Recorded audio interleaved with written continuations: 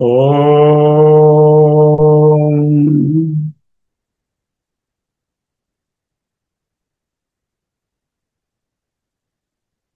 ఛాందోగ్యోపనిషత్తు సమీక్ష మొదటి అధ్యాయం 5 ఖండాలను మనకు బోధించి ఉన్నారు అభయానంద సరస్వతి గారు. వారికి అనేక నమస్కారములు. పరమార్థానంద స్వామి, తత్వదానంద వారు, చిన్మయ వారు, దయానంద వారు, తదితర గ్రంథ రచయితలకు వారి వీడియోస్కు అనేక ప్రణామం.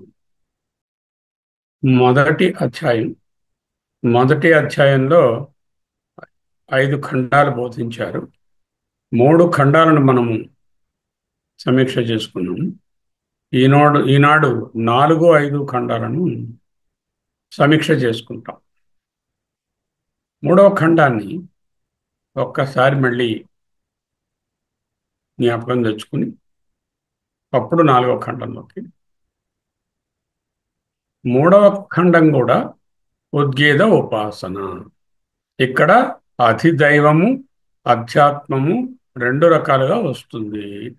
మొత్తం 5 ఉపాసనలు ఉన్నాయి. మొదటి మంత్రం సూర్య ఉపాసనను బోధిస్తుంది. సూర్యునికి ఉద్గీతకి కొన్ని అంశాలు సమానంగా ఉన్నాయి. ఉదయించడము, సమృద్ధి, భయనాశకంలో అటు సామవేద అంతర్గతమైన ఉద్గీతము, ఈ సమృద్ధి కలిగించడం అనే గుణము, భయనాశకము, ఉదయము అనేటటువంటి 3 సమానాలు ఉన్నాయి. కాబట్టి వీటిని ఉపాసించిన వారు అజ్ఞానం తొలగి వేదాంతార్థం బాగా అర్థమవుతుంది. రెండవది ఏమిటి? సూర్యుడు ప్రాణము. సూర్యుడు అధిదైవము, ప్రాణము అధ్యాత్మం. ఈ రెండిటిని ఉభయ ఉపాసన అంటే అధిదైవము అధ్యాత్మము రెండూ కలిపిన ఉపాసన. రెండూ ఉద్గీతగా భావించి ఉపాసిస్తుంది. సామాన్య ధర్మాలు ఏమిటి? ప్రాణానికి సూర్యునికి ఉష్ణము, స్వరము. స్వరం అంటే పోవడం, ప్రతిస్వరము, ప్రత్యాస్వరం అంటే తిరిగి రావడం. ప్రాణానికి సూర్యునికి రోజు అస్తమించడము లేకపోవడము అనే గుణము సమానము, ఉష్ణం అనే గుణము రెండిటికి సమానం. ఇక్కడ ఉపాసనకు వేరే ఫలం చెప్పలేదు. ప్రాణోపాసనగా ప్రాణశక్తి మీద ఉపాసన చేస్తున్నాము కాబట్టి ఆదిత్యుని యొక్క శక్తి వలన ఆయు ప్రమాణం పెరుగుతుంది. 3 నుంచి 5 మంత్రాలలో ఉన్నది వ్యాన ఉపాసన.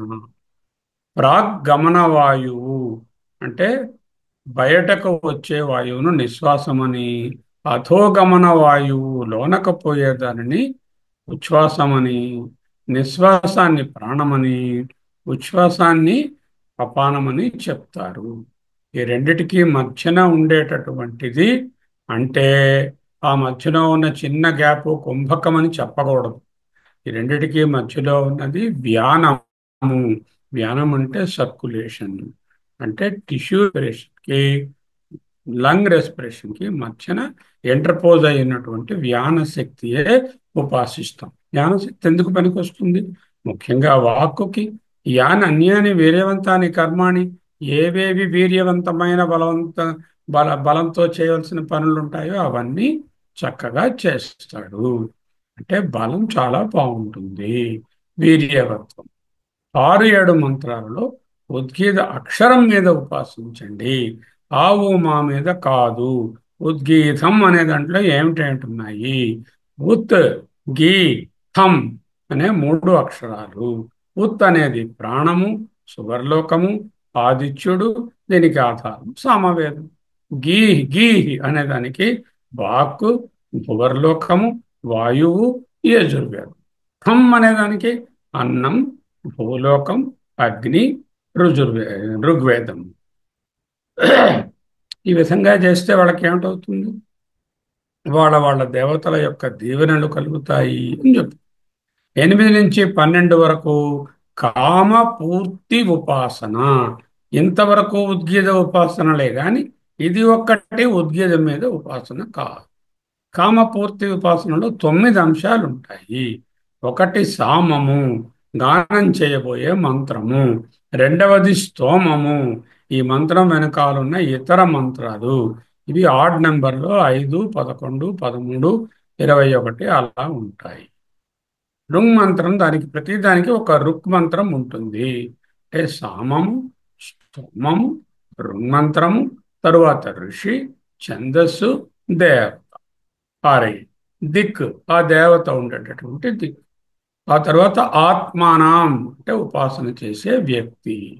ఆఖరిగా ఏ కోరిక కోరితే ఆ కోరిక కామం. ఏ కోరికను లేకుండా చేస్తే చిత్తశుద్ధి, ఏకాగ్రత కలుగుతాయి. ఒక విషయాన్ని చక్కగా జ్ఞాపకంలో ఉంచుకోవాలి.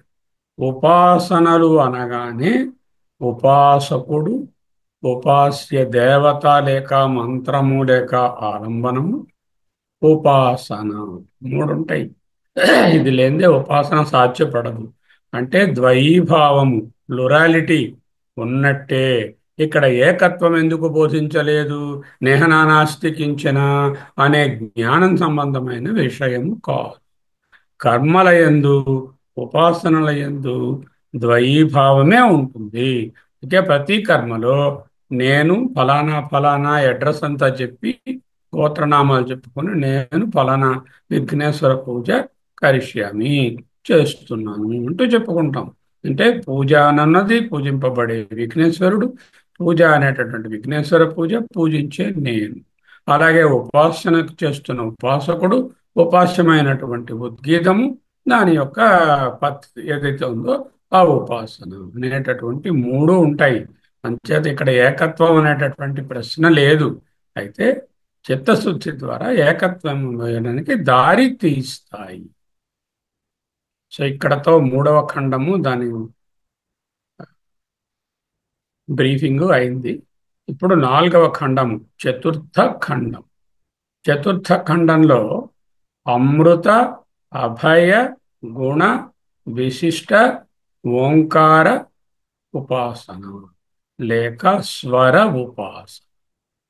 ఏంటి ఉపాసన? ఇది ఉద్గీతయే. ఉద్గీతకి నాలుగు పేర్లు. ఒకటి ఉద్గీత, రెండు ఓంకారం, మూడు స్వరం, నాలుగు ప్రణవం. రాసుకోండి ఏమేం పేర్లు: ఉద్గీత, ఉత్తుత ఉద్గీత, ఓంకారము, స్వరము, ప్రణవం. ఒక్కొక్క ఉపనిషత్తులో ఒక్కొక్కలా చెప్తారు. సామవేదంలో మట్టుకే దీన్ని ఉద్గీత అంటారు, ఎందుకంటే గట్టిగా గానం చేస్తారు. మిగతా చాట ఉద్గీత అని అనం. ఇప్పుడు చేయబోయే ఉపాసన ఏమిటి? 1 నుంచి 5 మంత్రాలు. ఈ 5 మంత్రాలు కూడా ఒకే ఉపాసనని బోధిస్తున్నాయి. ఎందుకక్కడ దాంట్లో 5 ఉపాసనలు వచ్చాయి మూడో ఖండంలో. ఇక్కడ ఒకే ఉపాసన బోధిస్తుంది. ఏమిటా ఉపాసన? అమృత, అభయ, గుణ, విశిష్ట, స్వర ఉపాసన. అమృత, అభయ, గుణ, విశిష్ట, స్వర లేక ఓంకార ఉపాసన. ఇది కూడా ఓంకార ఉపాసన. ఇక్కడ ఓంకారానికి పేరు స్వరం. అందువలన దీన్ని అమృత, అభయ, గుణ, విశిష్ట, స్వర ఉపాసన అంటారు. ఓంకారాన్ని ఉద్గీత అని, స్వరమని, ప్రణవమని అనేక పేర్లతో పిలుస్తారు, తెలుసు. ఒక్క సామవేదంలో మట్టుకే దీనిని ఉద్గీత అంటాము. ఓకే, దీనికోసం ఒక కథ చెప్తోంది ఉపనిషత్తు. ఏమిటి? దేవతలు మృత్యు అంటే భయపడ్డారు. అందరికీ మృత్యు భయమే కదా, మనకి మృత్యు అంటే భయమే. అలాగే దేవతలకు కూడా, వాళ్ళు కూడా లిమిటెడ్ టైం స్పాన్ కాబట్టి వాళ్ళకి మృత్యు భయము గలదు.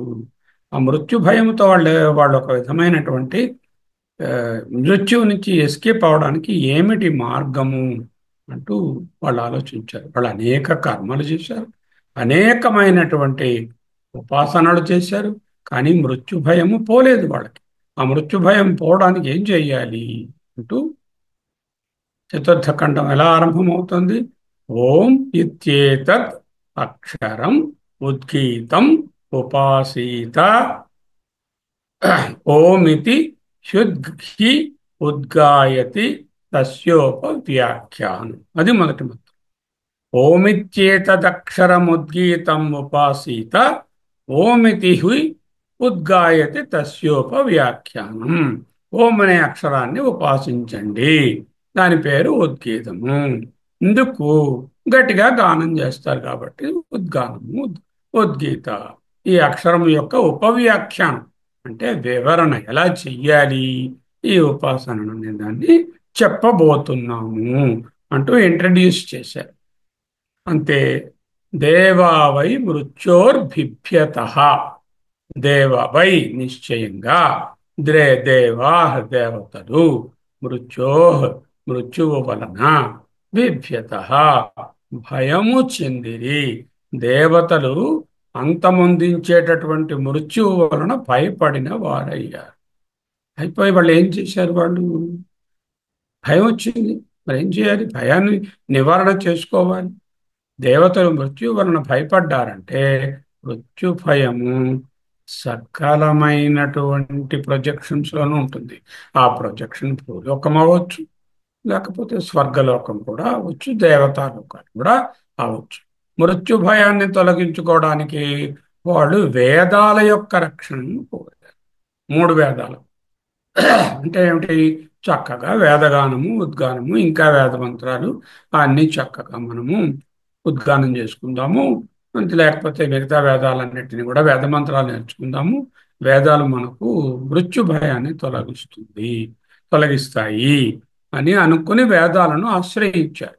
అందుకే వేదాలను ఛందస్ అని కూడా అంటారు. ఛందస్సు, ఛద్ అంటే కవచం, ఆచ్ఛాదనం. ఇది ఉందనుకోండి, ఇది షర్ట్, ఇది ఛద్ అంటే ఏదైతే కవచమో ఆచ్ఛాదనయో, అందుకే ఆచ్ఛాదన అని వచ్చింది. ఛద్ అంటే కవచము. ఛాదయతి ఇతి ఛంద. ఛాదయతి ఇతి ఛంద.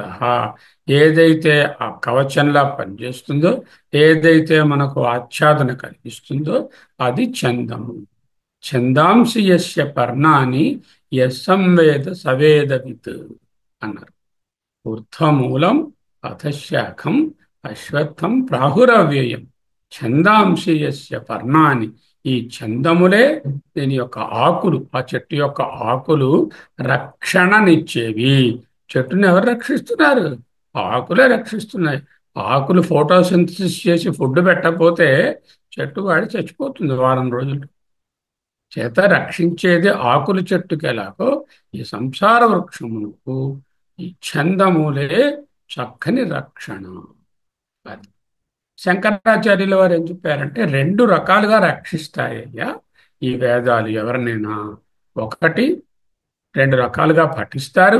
యజ్ఞాలు చేసేటప్పుడు వాటికి తగ్గ వేద మంత్రాలను చదువుతూ ఉంటారు.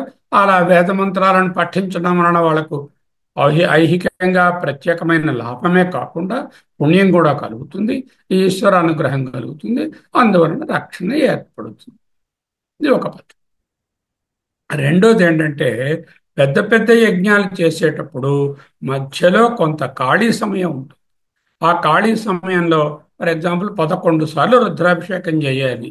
ఒకసారి రుద్రానికి, రెండోసారి రుద్రానికి మధ్యన ఒకసారి లేస్తారు. లేచి కాళ్ళు చేతులు కూడ తీసుకుని ఇటు అటు నడుస్తారు. ఒక వ్యవధి ఉంటుంది, ఆ విరామం ఉంటుంది. ఆ విరామంలో వేదశాస్త్ర మంత్రాలు చదువుతారు. అవి కూడా ఆ యజ్ఞానికి, పూజకు సంబంధించినటువంటి అక్కడ పఠించే రెగ్యులర్ మంత్రాలు కాకుండా వేరే ఇతర దేవతా స్తుతులను చేస్తారు. లేకపోతే ఏమవుతుంది, ఆ సమయంలో ఏమి ఎలా ఉన్నావు, మీ అబ్బాయి బాగున్నాడా, అమెరికా నుంచి వచ్చాడా, ఇగో ఈ కాలక్షేపంలో టైం వేస్ట్ చేస్తారు. ముచ్చట్లు ఈ మురిపాలలో టైం అయిపోతుందని ఆ సమయాన్ని కూడా వేద వేదానికి సంబంధించినటువంటి ఇతర మంత్రాలతో వినియోగిస్తారు. ప్రాపంచిక విషయాల మీదకు పోకుండా చెడు ఆలోచన, ఒక్కొక్క మృత్యు అంటే ఏమిటి, ఒక్కొక్క చెడు ఆలోచనయే మృత్యువుతో సంబంధం. కొన్ని బండిల చెడు ఆలోచనలు మృత్యువు అంటే చెడు ఆలోచనయే మృత్యువు. అంతే చెప్తారు కదా, భిన్నత్వము, చెడు ఆలోచన, రాగద్వేషాలే మృత్యువు. అవి లేకపోవడమే అమృతత్వం. సరే, ఒక్కొక్కసారి అలసిపోతారు పెద్ద పెద్ద యజ్ఞాలు చేసేటప్పుడు. ఆ మధ్యలో చిన్న చిన్న విద్వత్ సదస్సులను ప్రోత్సహిస్తారు. మధ్యలో భాగవతం కూడా చదవమంటారు, లేకపోతే వేరేదైనా మంచి విషయాలను మాట్లాడమంటారు. ఈ విధంగా చదివినటువంటి ఆ ఉత్కృష్టమైన గ్రంథాలు రక్షణను ఇస్తాయి.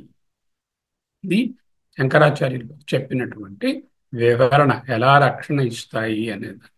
సో ఇప్పుడు ఆ మంత్రం రెండో మంత్రం చూస్తాం.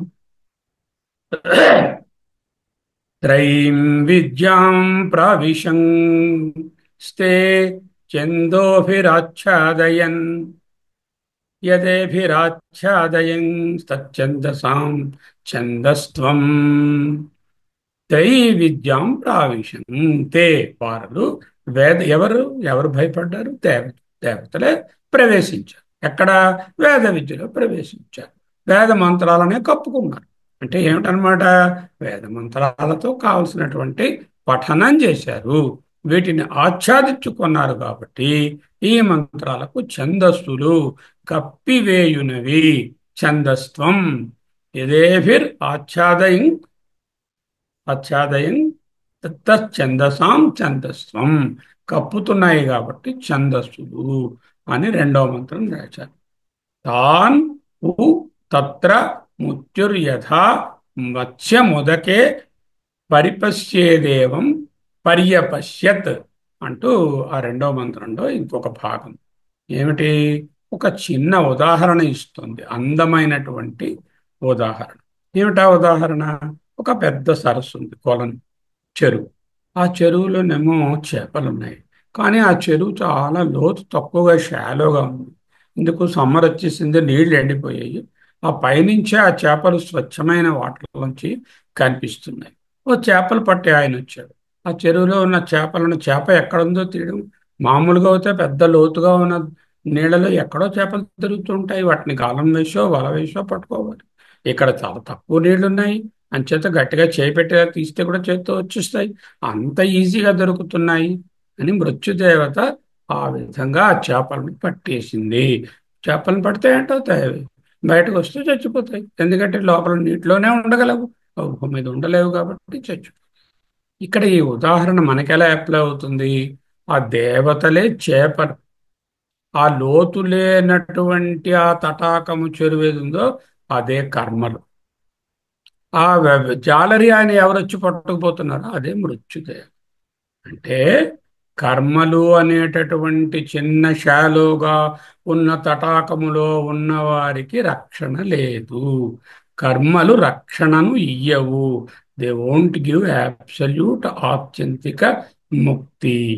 కాబట్టి ఆ కర్మలు అనేటటువంటి చేపలు, కర్మలు అనే తటాకంలో ఉన్నటువంటి చేపలు అనే దేవతలు ఆ మత్స్యకారుడు అనేటటువంటి మృత్యుదేవతకు దొరికిపోయారు.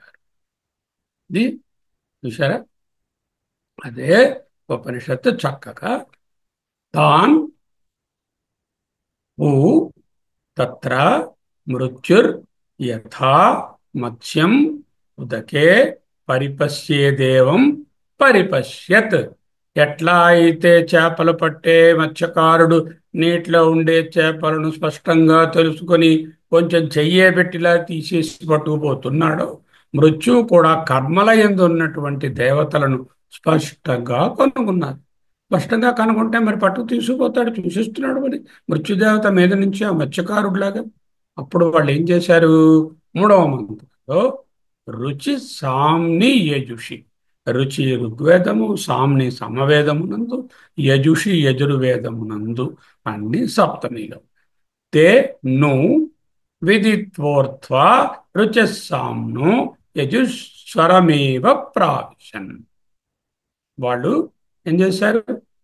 దాంట్లో ప్రవేశించారు. వేటిలో? రుక్కునందు, యజుస్సునందు, సామమునందు. చూశారు. రుక్ యజు సామములేమిటి? ఆ మూడు కూడా ఈ తటాకము అంటే రుక్యజు సామముల చేత చేసే కర్మలు పూర్తి ప్రయోజనాన్ని, రక్షణని ఇవ్వని తెలుసుకొని వారు ఋగ్యజుస్సామల నుండి అధిగమించారు. ఎక్కడికి అధిగమించారు? సామల నుండి. తేను విదిత్వా, ఈ విధముగా నిశ్చయంగా తెలుసుకుని ఊర్ధ్వా, పైకి చూశారు, పైకి వెళ్ళారు. ఎక్కడి నుంచి? రుచ్ రుక్ సామ సామ్నో యజుష స్వరమేవ ప్రావిశన్. అంటే ఓంకారంలో ప్రవేశించారు, ఓం అనే అక్షరంలో ప్రవేశించారు. అంటే వాళ్ళకి తెలిసిపోయింది మనము ఈ విధముగా ఉపాసనల వలన మనమేమో కర్మల వలన ఏమీ సాధించలేము. ఏదో లిమిటెడ్ ఫ్రూట్స్ వస్తాయి, కానీ ఇక్కడ పూర్తిగా మనకు రక్షణ లేదు. మనకు కావలసినటువంటి ఆత్యంతిక అమృతత్వము దొరకదు. కా మనము తప్పక ఈ కర్మకాండను విడిచి వేరే విధమైన ఉపాయం చెయ్యాలి అంటూ తెలుసుకొని వాళ్ళు చక్కగానేమో ఓంకారాన్ని ఉపాసించారు. అందుకే ఇక్కడ ఓంకార ఉపాసన చెప్పబడింది. ఇప్పుడు తైత్రీయ ఉపనిషత్తు చెప్పుకుంటున్నప్పుడు మనం చూపించుకున్నటువంటి స్లైడ్స్ ఒకటో రెండో చూడడానికి ప్రయత్నించారు.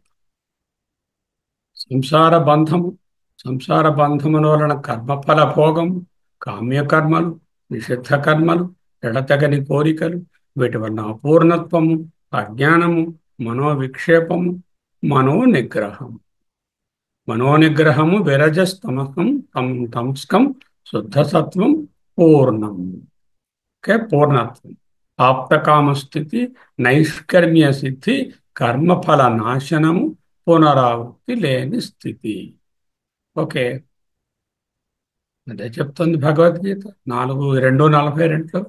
యాం ఇమాం వాచం పుష్పితాం ప్రవదంత్య అవిపశ్చితః. యామిమాం పుష్పితాం వాచాం ప్రవదంతి అవిపశ్చితః. అవిపశ్చితః అంటే అజ్ఞానులు, విపశ్చితః అంటే జ్ఞానం ఉన్నవారు, అవిపశ్చితః అంటే బుద్ధి తక్కువ వాళ్ళు. ఇమాం వాచం పుష్పితాం యామిమాం వాచం ప్రవదంతి. ఇదిగో ఈ వాక్కులను చెప్తూ ఉంటారు. వాళ్ళెప్పుడు వేదవాద రత పాద పార్థ. వేదముల యందున్న కర్మకాండల యందే రతి కలిగిన వారై ఉంటారు. నా అన్యదస్తి ఇతి వాదిన. ఇంతకు మించి ఏమీ లేదండి. కర్మలు ఉపాసనలు దాటి మోక్షం గీక్షం ఏం లేదు. ఇవి చేయండి అని వాళ్ళు లెక్చర్లు ఇస్తూ ఉంటారు. యామిమాం పుష్పితాం వాచం ప్రవదంతి అవిపశ్చితః వేదవాదరతాః పార్థ నా అన్యదస్తి వాదినః నా అన్యత్ అస్తి ఇతి వాది. కామాత్మనః స్వర్గపరాః జన్మ కర్మ ఫలప్రదాం క్రియా విశేష బహుళం భోగైశ్వర్య గతిం ప్రతి. కామాత్మనః, వీటి సెంట్రల్ ఎసెన్స్ ఏమిటి? కోరికలే. స్వర్గపరాః, స్వర్గం కావాలంటే మాక్సిమం పొందిస్తాయి. జన్మ కర్మ ఫలప్రదాం, మళ్ళీ రీసైక్లింగ్ లో పడేస్తూ ఉంటాయి. క్రియా విశేష బహుళం, సింపులా? ఎంత కాంప్లికేటెడ్ చేయాలంటే ఎన్నో విశేషమైన క్రియలతో కూడి ఉన్నాయి. భోగ ఐశ్వర్య గతిం ప్రతి, భోగములకు ఐశ్వర్యము కోసము ఈ ఈ కర్మకాండ అంతా ఉన్నది. భోగ ఐశ్వర్య ప్రసక్తానం తయా అపహృత చేతసాం అంటే దొంగిలించబడిన మనస్సు, వ్యవసాయాత్మిక బుద్ధి సమాధౌ న విధీయతే. అటువంటి వాళ్ళ బుద్ధి ఉండవలసిన దాని మీద ఉండదు. ఆ సమాధి యందు న విధీయతే, ఉండదు అని చెప్పి అదే విషయాన్ని ఇక్కడ వీడు కూడా తెలుసుకున్నాడు. తెలుసుకుని ఏం చేశారు? ఓహో, మనకు ఈ లోతు లేని చెరువులో ఉంటే చేపలు ఏ విధంగా మత్స్యకారుని చేతిలో దొరికిపోతాయో, మనం కూడా ఈ కర్మలలో ఉంటే పూర్తిగా నాశనం అయిపోతాము. మళ్ళీ మళ్ళీ ఇవే చేస్తూ మళ్ళీ వీటిలోకి రావాల్సి వస్తుంది. దీంట్లోంచి ఎలా బయటపడాలి అని ఆలోచించి ఒకే మాటలో కర్మకాండేన అమృతత్వం నభవతి, కర్మకాండేన అమృతత్వం నభవతి. కర్మకాండ మోక్షమును ఇయ్యజాలదు. సర్వం కర్మ అఖిలం పార్థ జ్ఞానేన పరిసమాప్యతి. కర్మకాండ వలన శాశ్వతత్వం పొందలేరు అని నిరూపించడానికి అయితే చాందోగ్యంలో ఈ కథ. దేవతలు ఏం చేశారు? లోతులు లేని నీరు లాంటి కర్మకాండను వదిలి, చాలా షాలో అయినటువంటి ఈ కర్మకాండను వదిలి ఓంకార ఉపాసన అనే సముద్రానికి వచ్చారు. ఓంకారం ఏమిస్తుంది? అటు క్రమముక్తి ఇస్తుంది, ఇటు డైరెక్ట్గా ముక్తి కూడా ఏతదాలంబనగం శ్రేష్టం, ఏతదాలంబనం పరం. శ్రేష్టం అంటే హిరణ్యగర్భ బ్రహ్మ వరకు, పరం అంటే పరబ్రహ్మ వరకు ఈ ఓంకారాన్ని పట్టుకో. ఆ చేపలు ఏ విధంగా ఆ చిన్ని లోతు లేని చెరువును వదిలేసి పెద్ద సముద్రంలోకి వెళ్ళిపోయాయో, అలా వీళ్ళు కూడా కర్మకాండను వదిలేసి అశాశ్వతత్వానికి భయానికి చిహ్నమైన మృత్యువు బారి పడకుండా అమృతత్వాన్ని అభయాన్ని కోరుకొని క్రమముక్తి కోరారని అర్థం. పునరపి జననం లేకుండా చూసుకుందాము అంటే ఓంకార ఉపాసన ద్వారా ముందు హిరణ్యగర్భ బ్రహ్మ వరకు పోయి ఆ తరువాత క్రమముక్తిని పొందుతాం. దీనికి ఫలం ఏమిటి? ఎవరైతే ఓంకార ఉపాసన చేస్తారో వాళ్ళు అమృతము అభయము అయినటువంటి స్థితిని పొందుతారు. ఇది ఫలం. ఉపాసనకు ఫలం చెప్పాలి. ఫలం చెప్పందే ఉపాసన చెప్పకూడదు, కంప్లీట్ అవ్వదు. యదావారుచం ఆప్నోత్యోమిత్యేవా ఇది స్వరచ్యేవగం సామైవం యజురేష ఉ స్వరో యదేతదక్షరం ఏతదమృతమభయం తత్ప్రవిశ్య దేవా అమృత అభయ అభవన్. అది నాలుగు. యదావా ఎప్పుడైతే రుచం ఆప్నోతి ఋగ్వేదమును పొందునో తరువాత అప్పుడు అతడు నిశ్చయముగా ఓం అని ఆదరంతో ఉచ్చరించును. ప్రతి వేదంలోనూ ఓంకారోపాసనలు ఉన్నాయి. సామైవం యజురేష, సామాన్య యజుస్సుని కూడా ఉచ్చరిస్తే అక్కడ కూడా ఓంకార ఉపాసనలు ఉన్నాయి. ఈ ఓమే సర్వస్వము, ఊ నిశ్చయముగా, స్వరో ఏతద్ అక్షరం, ఇదే స్వరము, ఇదే అక్షరము, ఏతద్ అమృతము అభయం తత్ప్రవిశ్య, దానిలో ప్రవేశించి, దేనిలో? ఓంకారం. దేవా అమృత అభయ అభవన్, అమృతులు అభయులు అయ్యారు. అభవన్ పాస్టెన్స్, ఐరి అభవన్. భూధాతు యొక్క పాస్టెన్స్ రూపము లంగ్లకార రూపం అభవన్. ఐదో మంత్రం ఏమిటి? సయేతదేవం విద్వాన్ అక్షరం ప్రణౌచ్యేతత్ ఏవా అక్షరం స్వరం అమృతమభయం ప్రవిశతి తత్ప్రవిశ్య అమృతా దేవాస్తదమృతో భవతి. ఎవడైతే ఫలాన్ని చెప్తుంది, ఎవడైతే అక్షరాన్ని ఓంకారాన్ని ఈ విధముగా తెలుసుకున్నవారై అంటే అటువంటి వాడు స్వరము అంటే స్వరమే ఓంకారం, ఓంకారము ఉద్గానము, స్వరము, ప్రణవము దాని యొక్క పర్యాయ పదాలు. అమృతము అభయమైనటువంటి ఈ ఓంకారంలో ప్రవేశిస్తారు. దానిని ప్రవేశించి దేవతలు ఏ విధముగా అమృతులైనారు. ఇక్కడ అమృతత్వం ఉపాసన కదా, ఆత్యంతిక అమృతత్వం చెప్పము. చేత ఆపేక్షిక అమృతత్వమైన హిరణ్యగర్భ తత్వాన్ని పొంది క్రమముక్తికి అర్హులయ్యారు. అదే విధముగా ఎవరు ఈ ఓంకార ఉపాసనని ఈ విధముగా తెలుసుకొని ఉపాసిస్తారు వాళ్ళు ఈ ఫలాన్ని పొందుతారు. ఇది ఛాందోగ్యోపనిషత్తులోని 4వ ఖండము సమాప్తం. అయిందా? 5వ ఖండం. 5వ ఖండం ఏమిటి? 5వ ఖండం కూడా మళ్ళీ ఉద్గీత ఉపాసన. ఎలాంటి ఉద్గీత ఉపాసన? 3 రకాల ఉద్గీత. ఇందాకలది ఎలాంటి ఉద్గీత ఉపాసన? ఇందాకడ చెప్పుకున్నాం. ఎలాంటి ఉద్గీత ఉపాసన అది చెప్పండి. ఎలాంటి ఉద్గీత ఉపాసన? పేరేం పెట్టాను దానికి?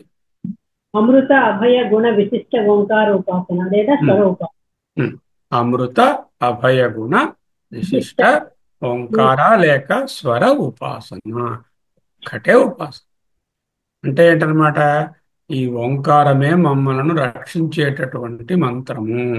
మననాత్ త్రాయతే ఇది మంత్ర.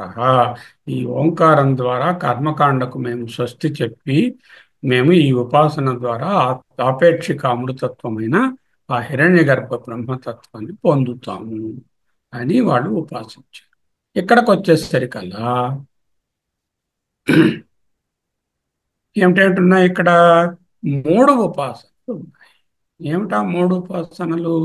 ఆదిత్య దృష్ట్యా ఉద్గీత ఉపాసన, ప్రాణదృష్ట్యా ఉద్గీత ఉపాసన, ఉద్గీత ప్రణవ ఐక్య ఉపాసన.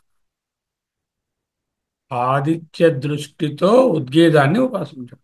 అదేమిటంటే ఆల్రెడీ ఆదిత్య దృష్టితో చేయమని మూడో దాంట్లో చెప్పేశారు కదా, సూర్యోపాసన చెప్పారు. అరే అది వేరు ఇది వేరు, ఎందుకు వేరు చూపిస్తారు. అలాగే ప్రాణోపాసన కూడా అక్కడ చెప్పారండి. ఆ ప్రాణముని సూర్యుడిని కలిపి ఉభయ ఉపాసనని కూడా చెప్పారు. మళ్ళీ ప్రాణ దృష్ట్యా ఉద్గీత ఉపాసన ఏమిటి? దీన్ని ఆయన దానికి దీనికి వ్యత్యాసము గలదు చెప్పబడు. మూడవది ఏమిటి? ఉద్గీత ప్రణవ ఐక్య ఉపాసన. ఉద్గీత ప్రణవములు రెండు ఒకటే. అదేమిటండి ఉద్గీతము ప్రణవము ఐక్యం ఏమిటండి? ఉద్గీతమే ప్రణవము, ప్రణవమే ఉద్గీతం కదా. వీటికి మళ్ళీ ఐక్య ఉపాసన ఏమిటండి? ఏ ఈజ్ ఈక్వల్ టు ఏ లాగా ఎలా అలా చెప్తారు? ఉండండి ఉండండి, దాన్ని కూడా క్లారిఫై చేస్తాం అంటున్నారు. ఒకటి రెండు మంత్రాలు ఏం చెప్తున్నాయి? ఆదిత్య బహురశ్మి దృష్ట్యా ఉద్గీత ఉపాసన. ఉద్గీత ప్లస్ ఉపాసన ఉద్గీతోపాసన అవుతుంది. ఆదిత్య బహురశ్మి దృష్ట్యా ఉద్గీత ఉపాసన. మూడవ ఖండలో ఏం చేస్తుంది? సూర్యుడిని ఉద్గీతంగా ఉపాసించాం. సూర్యుడు ఒక్కడే అని తీసుకుని ఏకత్వంతో, అంటే ఒక వస్తువుగా తీసుకుని, జీవబ్రహ్మ ఏకత్వం కాదు. సూర్యుడు వేరు నేను వేరు, నేను ఉపాసకుడిని, సూర్యుడు ఉపాస్యం, సూర్యోపాసన. ఒకదాని ప్రత్యేక ఒకటి తెచ్చుకున్నాం, ఆ ప్రత్యేక ఉద్గ అలా చేసాం. అంటే ప్రాణం సరే, ఉద్గీతము ఈజ్ ఈక్వల్ టు సూర్య. ఇక్కడ ఏం చెప్తున్నారు? ఆదిత్యుని యొక్క బహురశ్మి దృష్ట్యా, అంటే ఆయనకి ఎన్నో కిరణాలు ఉన్నాయి. రశ్మి అంటే కిరణం. ఎన్ని రశ్ములు ఉన్నాయో ఆ రశ్ముల దృష్ట్యా, మీకు ఎన్ని రశ్ములు ఉన్నాయి? కోటాను కోట్ల రశ్ములు ఉన్నాయి. కోటాను కోట్ల రశ్ములుగా ఉపాసిస్తే కోటాను కోట్ల ఫలాలు వచ్చేస్తాయి. నేను భరించలేను. ఓ 10 లేకపోతే 5 ఎన్ని కావాలంటే. చూడండి, ఒక అబ్బాయి ఉన్నాడు, వాడికి 3 కోరికలు ఉన్నాయి. ఒకటి, ఐఐటి పరీక్ష పాస్ అయిపోవాలి. 2, ఉద్యోగం వచ్చేయాలి. 3, చక్కని భార్య రావాలి. మూడు కోరికలు. 3 కోరికలకి 3 రకాలుగా ఒకే దేవత యొక్క 3 రశ్ములను ఉపాసన చేస్తే ఆ కోరికలు ఒక్కొక్కటి తీరుతాయి. అది 5 కోరికలు ఉన్నాయంటే 5గురు పిల్లలు కావాలి. ఓకే, లేకపోతే ఈ మూడిటికి నాకు ట్రాన్స్ఫర్ కూడా కావాలి. ఇక్కడి నుంచి మా నాన్నగారికి కూడా మా ఊర్లో ట్రాన్స్ఫర్ అయిపోవాలి. మా అమ్మగారికి ఏమో ఆరోగ్యం బాగుపడాలి. ఇంకో 2 కలిపాడు అనుకోండి, అప్పుడు 5 అయ్యి. ఓకే, ఈ విధంగా అనేక కిరణాలు ఉన్నటువంటి ఆదిత్యను ఉపాసన చేస్తే అనేకమైనటువంటి ఫలములు కలుగుతాయి. దీనికి ఉదాహరణ ఏం చెప్తున్నారు? కౌశితకి ఉపనిషత్తు అని మనకు ఒక ఉపనిషత్తు ఉన్నది. ఆ కౌశితకి ఉపనిషత్తును రాసిన ఋషి గారే ఈ కౌశితకి ఋషి గారు. ఆయన తన పుత్రునికి చెప్పారు. నేను 3వ ఖండంలో చెప్పినట్టుగా ఆదిత్యుని సూర్యోపాసన ఉద్గీతం మీద పెట్టి చేశాను కాబట్టి నువ్వు పుట్టావు నాకు. ఒక ఆదిత్యుడిగా చేశాను కాబట్టి ఒకడైనటువంటి పుత్రుడు నాకు పుట్టావు. నువ్వు కావాలంటే నీకు 5-6 రకాల కోరికలు కనబడుతున్నాయి. కాబట్టి 5-6 రకాల కోరికలకి 5 రశ్ములు, 6 రశ్ములు, 10 రశ్ములు నువ్వు ఉపాసన చేసుకో. అలా అవుతే నీకు చక్కని, నాకు ఒక కొడుకు పుట్టినట్టు నీకు 10 మంది పుత్రులు పుడతారు. వాడికి కావాల్సిన పుత్రులైతే పుత్రులు పుడతారు. పుత్రులు కాదంటే నాకు ఏదైనా కావాలంటే అంటే ధన ధాన్యం బహుపుత్ర లాభం. దేవనలు దీవిస్తారు కదా ప్రతి ఆ, పూజలన్నీ కూడా. గంపెడు పిల్లల్ని కనమ్మ అని పూర్వం దీవించారు. ఇప్పుడు గంపెడు పిల్లలు వద్దు మొర్రో అంటున్నారు. ఒకే పిల్లని కనమ్మ అని ఇప్పుడు దీవించారు. ఆ కాలంలో ఎంతమంది పిల్లలుంటే అంత గొప్పవారు. మా నాన్నగారిని అడిగేవారు, మీకు ఎంతమంది పిల్లలండి అని. అడిగితే మా నాన్నగారు 6 పిల్లలు. అబ్బా, ఎంత అదృష్టవంతులండి, 6 పిల్లలు అని. అంటే అలా ఎక్కువ మంది పిల్లలు ఉండడం ఆ కాలంలో అవసరము. ఇది ఇది కూడా. 1, 2 మంత్రాలు ఏం చెప్తున్నాయి? ఆదిత్య బహురశ్మి దృష్ట్యా ఉద్గీత ఉపాసన. ఏమిటా 2 మంత్రాలు చూసేద్దాం. ఒకసారి అవి చూసేస్తే మూలం లేకపోయేసి మళ్ళీ మనం కంటిన్యూ చేసుకోం.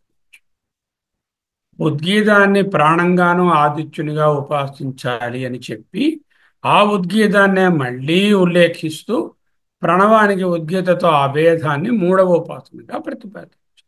ఏమిటి చెప్పారు? ఉద్గీతాన్ని ప్రాణంగాను, ఉద్గీతాన్ని ఆదిత్యునిగాను, అయితే చిన్న వ్యత్యాసం, ఒకటిగా కాకుండా అనేకంగా ఉపాసించుకో రెండు. మూడోది ఉద్గీతము ప్రణవము ఒక్కటే అని మూడవ ఉపాసన. ప్రాణభావన వలన ప్రాణాలు ఐదు ఉన్నాయి కదా, రశ్మి భావన వలన భేద భావన అనే గుణాలు కలిపి చెయ్యండి. ఎందుకంటే ఈ భేదభావం చెప్పారు? వాసనే భేదభావం. దాంట్లో భేదభావం కొత్తగా చెప్పడం లేదు, ఉన్నదే భేదం. ఏకత్వం ఎక్కడున్నది? ఏకత్వం లేనే లేదు. భేదభావన అనే గుణంతో ఈవెన్ ఒక సూర్యుడిని ప్రాణాలన్నీ కలిపి ఒక్కటే అని చేసినా కూడా అది ఉపాసన, అది ద్వైతమే, అది భేదమే. విడివిడిగా చేస్తే ఎక్కువ ఫలితం వస్తుంది అని చెప్పడానికి అనేక మంది పుత్రులు దీనికి ఫలం రా నాన్న అంటూ అనేకమైన ఫలాలు ఉంటాయి అంటూ చెప్తుంది. ఒకటవది ఏంటి మంత్రం? అథ. అథ అంటే ఏమిటి? అటు పిమ్మట, ఎటు పిమ్మట. ముందు చెప్పుకున్నాం కదా, అమృత అభయ గుణ విశిష్ట స్వర ఉపాసన చేసిన తరువాత ఖలు నిశ్చయంగా యహ ఎవడైతే ఉద్గీత ఉద్గీతము సహ ప్రణవో యహ ఏది ఉద్గీతమో అదే ప్రణవము. ఉద్గీతాయ సహ ప్రణవ, యహ ప్రణవ సహ ఉద్గీత. ఏది ఉద్గీతమో అది ప్రణవము, ఏది ప్రణవము అదే ఉద్గీతము. ఇత్యసౌ ఈ విధముగా భావించుకుంటూ, అంటే ఉద్గీతానికి ప్రణవానికి వ్యత్యాసం లేదు అని భావిస్తూ, అసౌవ ఆదిత్య ఉద్గీత ఉద్గీత, అగో ఆదిత్యుణ్ణి ఉపాసించాలి. ఏష ప్రణవ, ఈ ప్రణవం ద్వారా. ఓం ఇది హేష స్వరన్నేతి, ఏలయన ఈ ఆదిత్యుడు స్వర అంటే ఏమిటి? ఉదయిస్తాడు. స్వరన్నేతి అంటే ఆదిత్యుడు ఓం అంటూ ఒక సౌండ్తో ఉచ్చరిస్తాడు. అక్కడ కూడా చెప్పాం, రెండిటికి సమానం ఏమిటి? ఉద్గానానికి ఆదిత్యునికి సమానము స్వరము అని చెప్పాం. ఆ స్వరనే మళ్ళీ మంత్రంలో ఓమితి హ్యేష స్వరన్నేతి. రెండులో ఏం చెప్పారు? ఏతం ఉ ఏవ అహం అభ్యగాసిషం. ఏతము ఏతము ఏతము ఏవాహం అభ్యగాసిషం అనుంది. విడగొట్టుకుంటే ఏతం ఉ ఏవ అహం అభ్యగాసిషం. నేను ఈ విధముగా ఉపాసించి ఆదిత్యుని అభిముఖంగా నిలబడి బాగా గానం చేశాను, అంటే ఉపాసించాను. అంటే ఆదిత్యునిలో ఉన్న తేడాలు, కిరణాల తేడాలను భావించకుండా ఆదిత్యుని ఒకటిగానే తీసుకొని ఉపాసన చేశాను.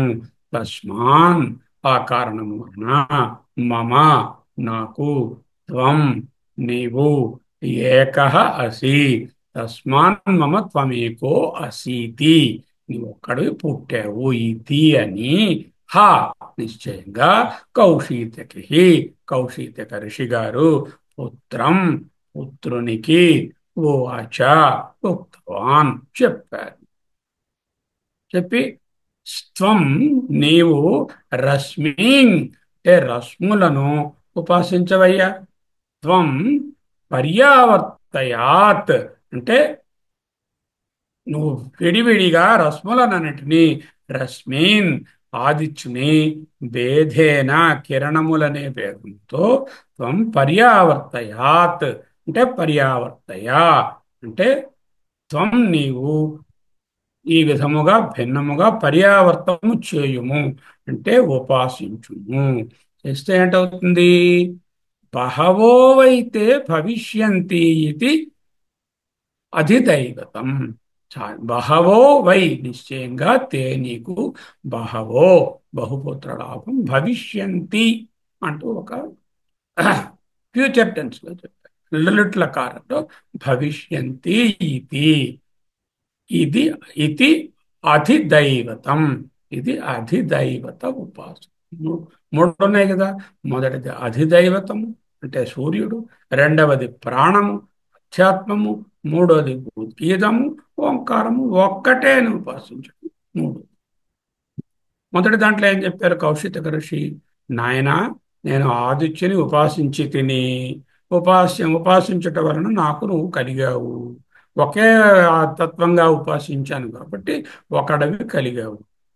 నువ్వేం చేస్తావంటే నీకు అనేకమైనటువంటి కోరికలు ఉన్నట్టున్నాయి కాబట్టి ఆదిత్యుని యొక్క రశ్ములను రశ్మిస్త్వం పర్యావర్తయ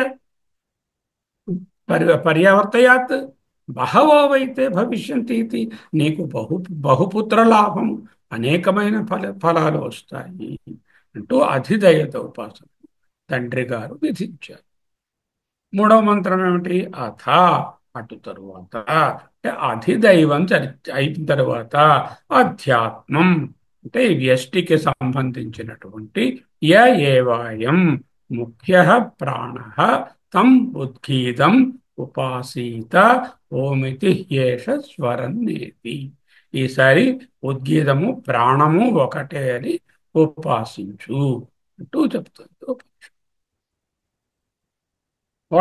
ఒకటి రెండు మంత్రాలు ఏం చెప్పారు? ఆ ఋషి గారేమో ఈ విధంగా రశ్ములను ఉపాసించి బహుపుత్ర లాభాన్ని లేక అనేకమైన ఫలాలను పొందు.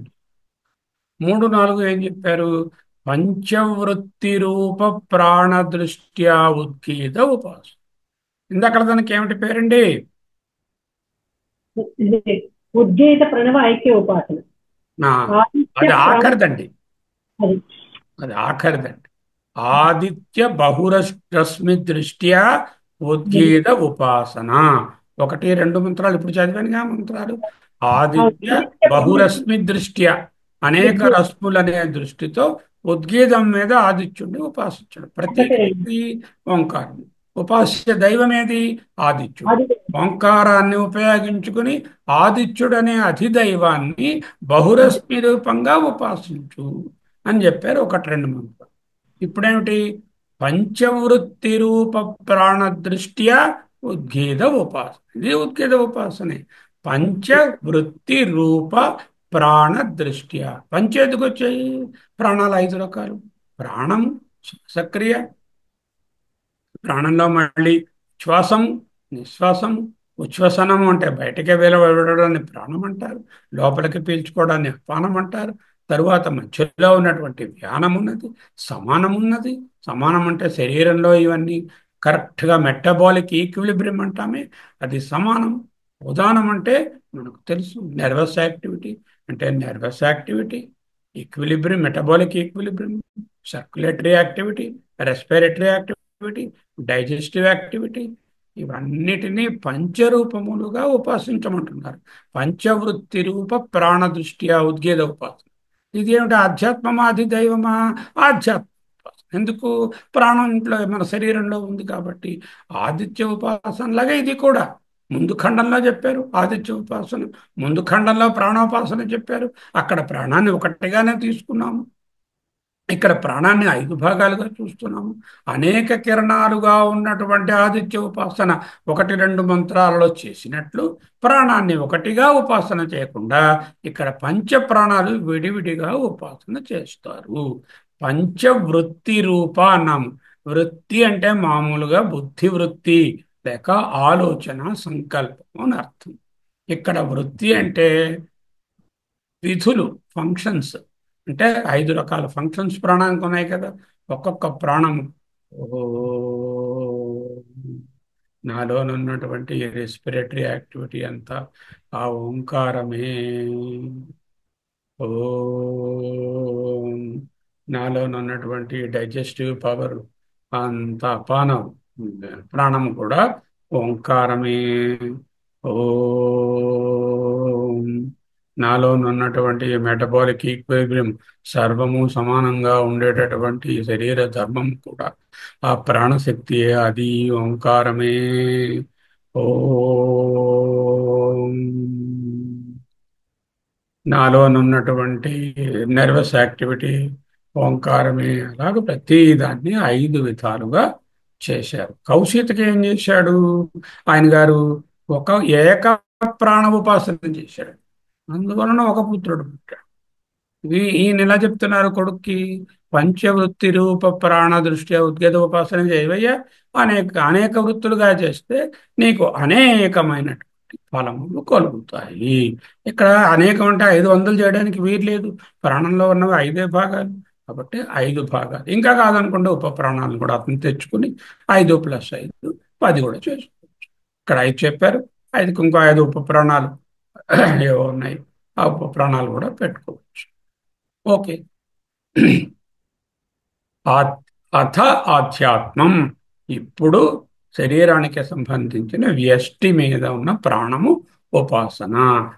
ఏవా అయం ముఖ్య ప్రాణ తం ఉద్గీతం ఉపాసీత ఓం ఇతి.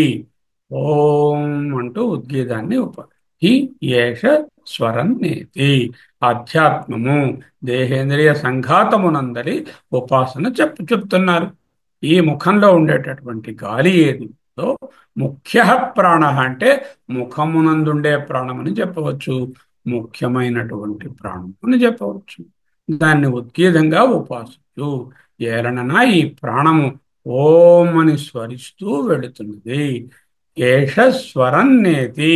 అది వెళ్ళేటప్పుడు ఓం చూడండి, సోహం సోహం సోహం అంటే ఆ ఓం అలా వినిపిస్తోంది కదా మీకు. 4వ మంత్రం ఏతంబు. ఊ అంటే నిశ్చయంగా. ఏతంబు ఏవాహం అభ్యగాసిషం తస్మాన్ మమ త్వం ఏకో అసీతి హ కౌశీతకి. ఎగ్జాక్ట్ గా అవే మాటలు. ఏవం ఏతం హు ఏవం అహం అభ్యగాసిషం. గానం చేశాను అంటే ఉపాసన చేశాను. తస్మాన్ నాకు, మమ నీవు, త్వం ఒక్క నీ తస్మాన్ దాని వలన, మమ నాకు, త్వం నీవు, ఏకో అసీతి ఒకడివి పుట్టావు, కలిగావు, ఉన్నావు. హ కౌశీతకీ పుత్రం ఉవాచ. పుత్రునికి చెప్పాడు. ఏం చెప్పాడు? ప్రాణాన్ త్వం ప్రాణములను భూమానం అనేకముగా అంటే చాలా ఎక్కువ 5 ప్రాణాలుగా అభిగాయత్ అభిగాయతాత్ అంటే ఉపాసన చేయి. బహవో వై మే భవిష్యంతి ఇది. మే నీకు, బహవో వై నిశ్చయంగా అనేక పదములు, భవిష్యంతి ఇది రెట్లకారుతో ఉన్నటువంటి వేర్పుతో చెప్పారు. ఇది 4. అథ ఖలు య ఉద్గీత సహ ప్రణవో య ప్రణవ స ఉద్గీత. ఇంకా 3వ ఉపాసన ఏమిటి? 5వ మంత్రంలో చెప్పేది. ఇప్పుడు 1, 2లోనేమో సూర్యుడిని రశ్ములుగా ఉపాసించండి అన్నారు. 3, 4లో పంచవృత్తి రూప ప్రాణ దృష్ట్యా ఉద్గీత ఉపాసన 5 భాగాలని ఉపాసిస్తే 5 ఫలాలు కలుగుతాయి. బహుపుత్ర లాభం అనే ఫలం రెండిటికి సమానం.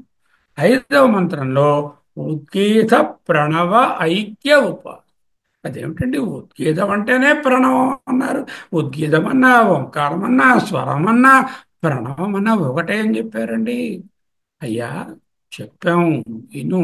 ఉద్గీతం అంటే సామవేదంలో ఓంకారం. ఓకే. ప్రణవం అంటే ఋగ్వేదంలో ఉన్న ఓంకారం. అర్థమైందా?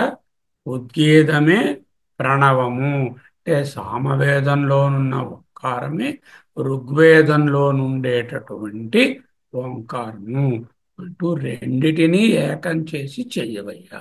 ఇక్కడ ప్రణవ అంటే ఋగ్వేదము. ఋగ్వేద ఋత్విక్కులను హోత అని, సామవేద ఋత్విక్కులను ఉద్గాత అని చెప్తారు. ఇక్కడ మళ్ళీ తైత్రేయంలో ఉపయోగించిన ఒక స్లైడ్ మీకు. ఈ నాలెడ్జి కొంతమంది అప్పుడు లేకపోయి ఉండొచ్చు. ఇప్పుడు వాళ్ళ కోసమని ఇది చెప్పబడుతుంది. ఓకే, చూపించబడుతుంది.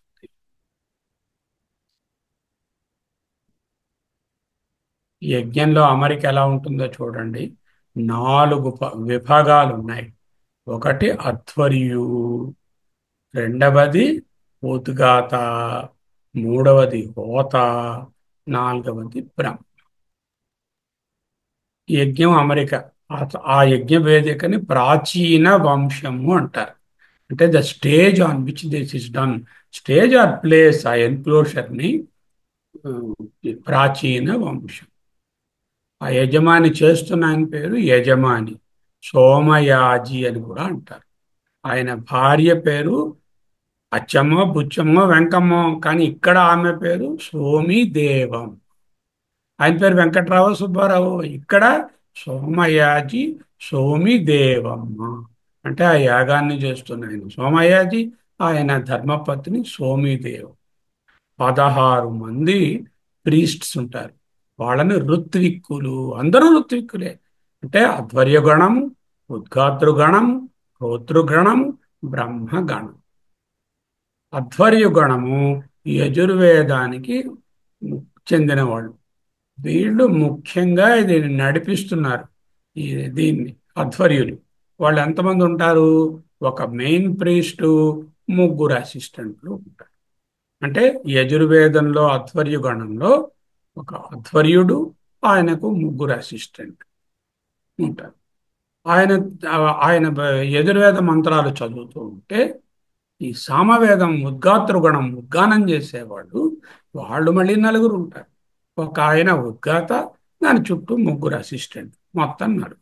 వీళ్ళు యజుర్మంత్రాలను చెప్పిన తర్వాత సామవేదంలో మంత్రాలను గానం చేస్తుంటే ఈ హోతృగణం ఋగ్వేదం వాళ్ళు ఏం చేస్తారు? ఈ హోమాలను, హవిస్సులను సమర్పిస్తూ ఉంటారు.